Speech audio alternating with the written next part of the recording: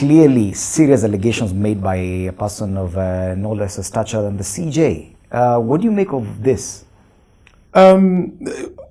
When the Chief Justice, who's the head of the third arm of government, that is a very, very serious allegation. And we must, at this moment, pause and ask ourselves, on August 27th, 2010, is this what we bought into? Yes. That what should be an independent arm of government has begun to receive threats.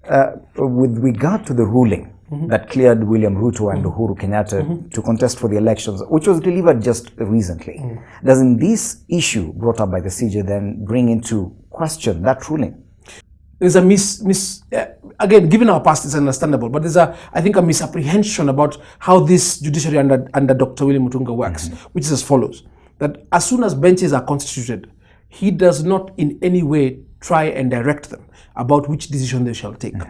I think he's been very clear about decisional independence. So in that technical sense, I'd be saying no, this did not affect it.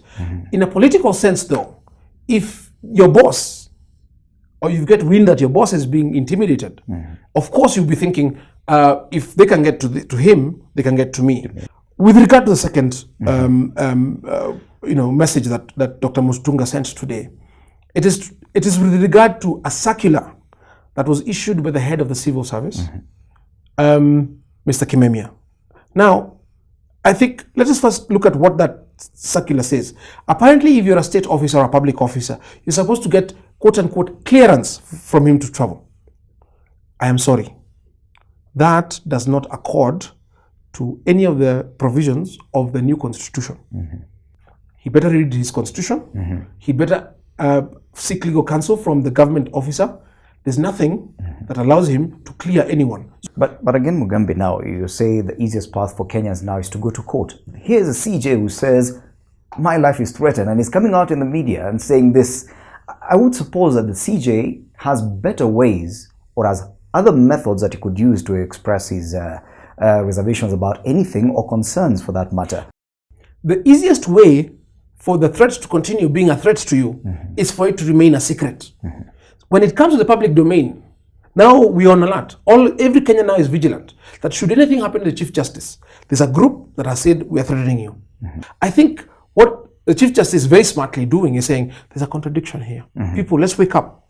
Let us get these security sector reforms done earlier rather than later, because this is one avenue through which our democracy could be dissolved before our very eyes. Now, Mr. Mugambi, we have a serious issue with elections coming just 12 days away.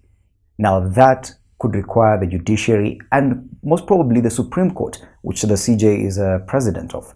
Now, if he is threatened at this point in time, and we definitely do not have time for the reforms you're talking about within the next 12 days, what happens to us? I think one of the measures he's saying is, I am still Chief Justice. He said that very, very clearly. He said, I will not be intimidated. We should take him at his word.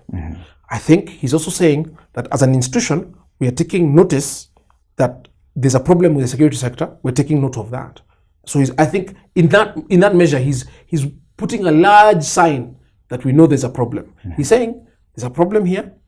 It is not perfect, but trust that I am still the Chief Justice and I will not be undermined. Okay. So thank you so much for that. Very good.